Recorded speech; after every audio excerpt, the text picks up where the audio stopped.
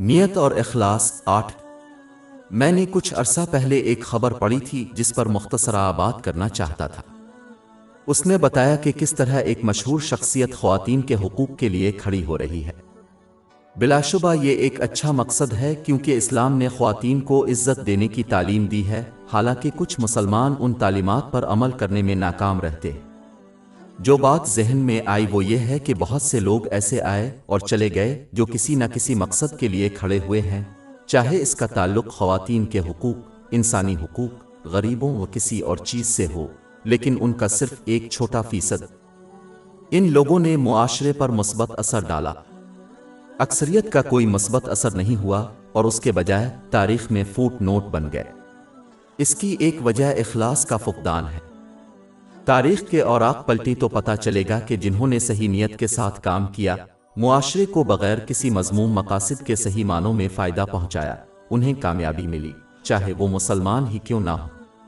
دوسروں کو فائدہ پہنچانا وہ چیز ہے جو اللہ تعالیٰ کو پسند ہے، اور اس لیے وہ ان تمام لوگوں کو کامیابی عطا کرتا ہے جو اس مقصد کے لیے مخلصانہ کوشش کرتے ہیں۔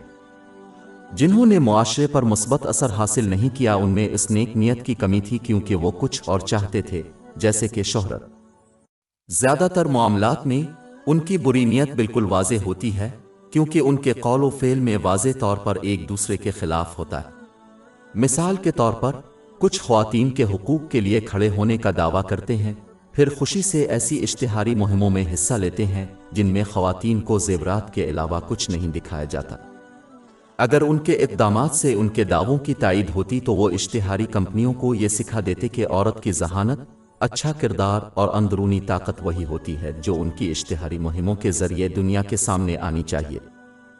ان میں سے بہت سے لوگ جو مختلف وجوہات کی بنا پر کھڑے ہونے کا دعویٰ کرتے ہیں، وہ سیاسی اور سماجی اثر و رسوخ کی پوزیشن میں ہیں اور ان کے پاس ابھی بھی بہت زیادہ دولت ہے۔ معاشرے پر ان کا مثبت اثر بہت کم ہے اور بہت ہی کم عمر ہے۔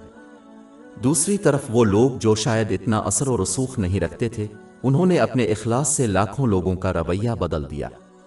وہ صرف معاشرے کو فائدہ پہنچانا چاہتے تھے، انہوں نے کسی اور چیز کی تلاش نہیں کی۔ ان کے خلوص کی وجہ سے ان کے اس دنیا سے جانے کے بعد بھی ان کا مثبت اثر اور یاد بہت دیر تک قائم رہی، جبکہ جن کی نیت خراب تھی وہ زندہ رہتے ہوئے بھی جلد بھول گئے۔